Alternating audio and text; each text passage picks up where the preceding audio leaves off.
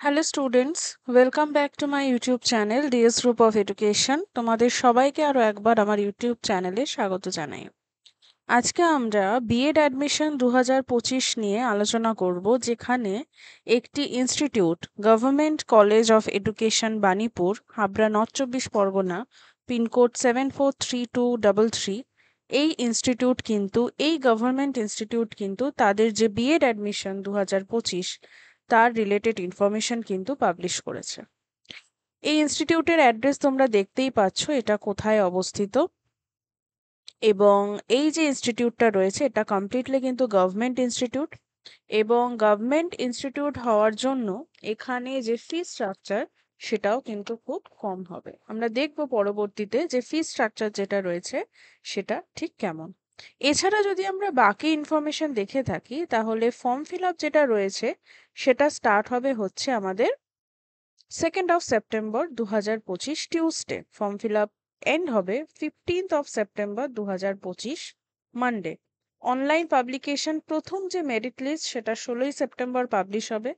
Online publication of first merit list for counselling এর জন্য যাদেরকে ডাকা হবে on the basis of first merit list সেটা পাবলিশ হবে 18ই সেপ্টেম্বর।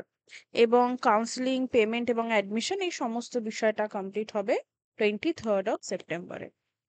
বলছে যে all the stipulated dates and times may be changed at any circumstances, অর্থাৎ কোনো অবস্থার প্রেক্ষিতে কিন্তু উপরোক্ত ডেট এবং যে সময় সেটা চেঞ্জ হতে পারে।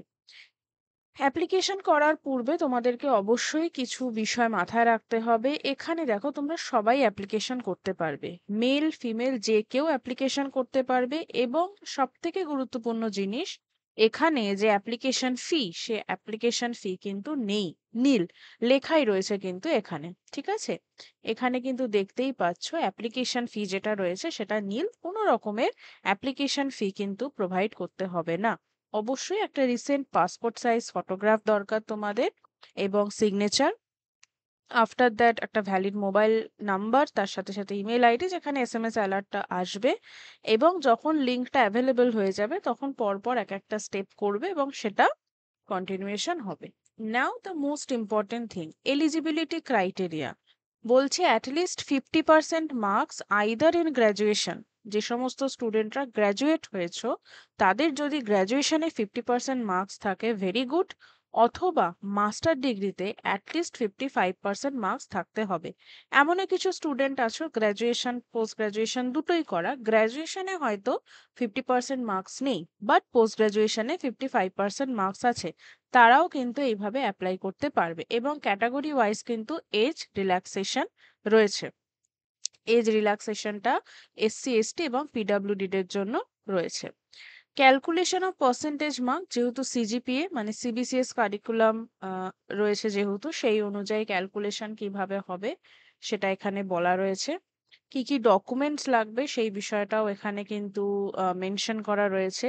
For online original documents authentication of hard copies by the concern authority is required, অর্থাৎ অথরিটি কিন্তু যেই ইনফরমেশনগুলো তোমরা during the form fill up provide করছো সেই ইনফরমেশনগুলো কিন্তু ডেফিনেটলি ভেরিফাই করবে। নাও, বিএড এ যেটা মূল কনফিউশন আমাদের হয় যে সাবজেক্ট নিয়ে, এখানে কিছু মেথড সাবজেক্ট থাকে। সেই মেথড সাবজেক্টে তোমাকে সেকেন্ড সেমেস্টারে যখন তোমরা প্র্যাকটিস টিচিং এ যাও স্কুলে, খুব অল্প কদিনের জন্য, এবং থার্ড সেমেস্টারে প্রায় 3 মাসের জন্য যখন ইন্টার্নশিপে যাও, এই সময়টাতে তোমার মেথড সাবজেক্টকে বেস করে লার্নিং ডিজাইন বা আমরা বলতে পারি একটা লেসন প্ল্যান ডেভেলপ করতে হয়। ঠিক আছে, তো সেই জন্য মেথড সাবজেক্ট ইম্পর্টেন্ট। আদারওয়াইজ যেই সাবজেক্টে নিক না কেন, সেম কোর্সেস বা পেপার কিন্তু তাকে পড়তে হয়। এবার দেখো, কেউ যদি বেঙ্গলি মেথড সাবজেক্ট নিতে চায় তাহলে তার বিএসসি গ্র্যাজুয়েশন মানে তার পড়াশোনার যে স্টেজিংটা রয়েছে সেখানে তাকে বাংলা নিয়ে পড়তে হবে। ইংলিশ যদি কেউ মেথড সাবজেক্ট চায় তাকে ইংলিশ নিয়ে পড়তে হবে। সংস্কৃত, হিন্দি মানে ল্যাঙ্গুয়েজ গ্রুপের ক্ষেত্রে সেই সাবজেক্টে গ্র্যাজুয়েশন অথবা পোস্ট গ্র্যাজুয়েশন তাকে করে থাকতে হবে। মিউজিকের ক্ষেত্রে বলছে any kind of vocal music, কণ্ঠসঙ্গীত। For PG candidate music or any honours subject at UG level. তো মিউজিকের ক্ষেত্রে কোনো স্পেশালাইজেশন সেইভাবে বলছে না, বাট যদি থাকে সেটা অ্যাপ্লিকেবল। এডুকেশনের জন্য এডুকেশন সাবজেক্টে পিজি বা ইউজি থাকতে হবে। সাইকোলজির জন্য ইউজি পিজিতে সাইকোলজি থাকতে হবে। হিস্ট্রির জন্য আবার ভ্যারাইটিস রয়েছে। কেউ যদি হিস্ট্রি বা এনশিয়ান হিস্ট্রি বা মেডিভিয়াল হিস্ট্রি বা ইসলামিক হিস্ট্রি বা মডার্ন হিস্ট্রিতে ইউজি বা পিজি করে থাকে, they are also eligible for history subject as a method. জিওগ্রাফির ক্ষেত্রে জিআইএস অ্যান্ড রিমোট সেন্সিং জিওগ্রাফিতে যদি ইউজি পিজি করে থাকে, they are applicable for geography method subject. Physical science method কারা নিতে পারবে? যারা ফিজিক্স, কেমিস্ট্রি, ইলেকট্রনিক্স, বায়োকেমিস্ট্রি এগুলোতে ইউজি বা পিজি করে থাকবে, নট অনলি অনার্স বাট পাসেও।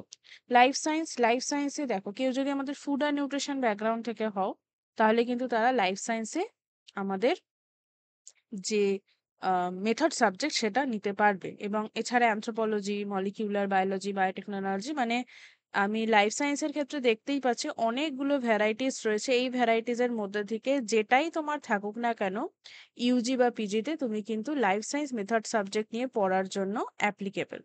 ম্যাথমেটিক্সের ক্ষেত্রে তুমি যদি স্ট্যাটিস্টিক্স বা ম্যাথ নিয়ে ইউজি পিজি করে থাকো, then you are eligible for mathematics method subject. এইটা কিন্তু সব থেকে গুরুত্বপূর্ণ। ঠিক আছে? এটা কিন্তু সবথেকে গুরুত্বপূর্ণ, কারণ এটাই তোমার তোমার যে প্রত্যেকবার অ্যাডমিট কার্ড আসবে সেখানে লেখা থাকবে যে তুমি কোন সাবজেক্টকে অ্যাজ এ মেথড সাবজেক্ট তোমার নিয়েছো। এবার হচ্ছে সিট ম্যাট্রিক্স। গভর্নমেন্ট কলেজে লিমিটেড সিট থাকে, দ্যাট ইজ 50, এবং সেই 50-র মধ্যে ফ্রেশারদের জন্য থাকে অ্যাজ ওয়েল অ্যাজ ডেপুটেডদের জন্য থাকে। এবং ডেপুটেড কারা? ডেপুটেড হচ্ছে যে সমস্ত শিক্ষক শিক্ষিকারা স্কুলে কর্মরত রয়েছেন, তারা যদি বিএড করতে চান তাদের ক্ষেত্রে এই সিট ম্যাট্রিক্সটা অ্যাপ্লাই হয়। ফ্রেশার কারা? ফ্রেশার হচ্ছে যারা একদম গ্র্যাজুয়েশন আর পোস্ট গ্র্যাজুয়েশন করে বিএড এ অ্যাডমিশন নিচ্ছ, কোথাও কোনো স্কুলে কাজ করছো না, তাদের জন্য। ওকে? কিন্তু হ্যাঁ, প্রাইভেট স্কুলের জন্য অ্যাপ্লিকেবল না, it is only applicable for government school. তো এখানে কোন সাবজেক্টে কতগুলো সিট রয়েছে সেটাও কিন্তু বলা রয়েছে। বাকি একাডেমিক কোয়ালিফিকেশন ডিটেলস কিভাবে ওটা ক্যালকুলেশন হবে সিলেকশন এজে, এইটা হচ্ছে সিলেকশন প্রসেস। তোমরা নিজেরাও এটা করে নিতে পারো।